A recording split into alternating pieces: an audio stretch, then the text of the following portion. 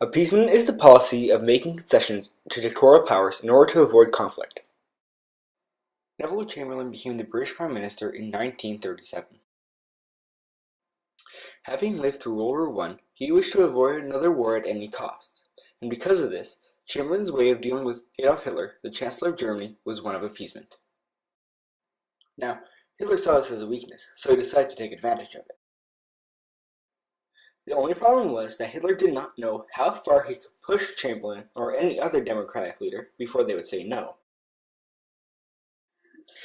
Hitler then decides to see how far he can push without a response by rearming the Rhineland.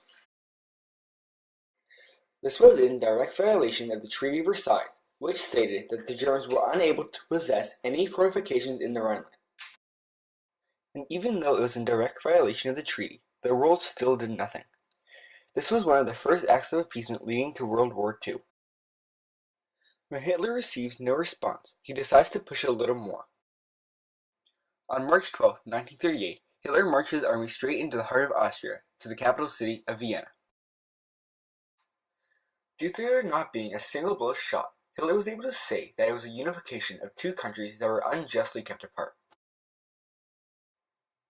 Once again, Hitler had broken the Treaty of Versailles, as Germany and Austria were not allowed to ever be unified.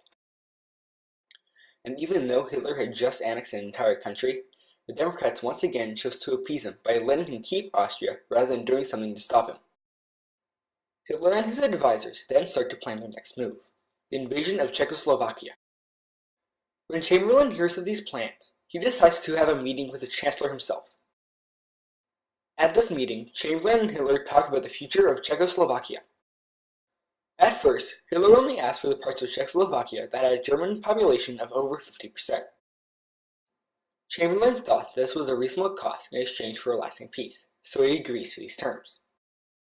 However, Hitler then decides that that was not good enough. What he really wanted was the Sudetenland.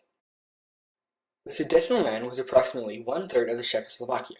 However, it contained most of the resources.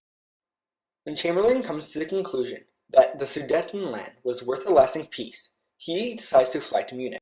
Since Chamberlain had already come to the conclusion that the Sudetenland was worth a lasting peace, he was working on trying to convince the French Premier to agree with his plan.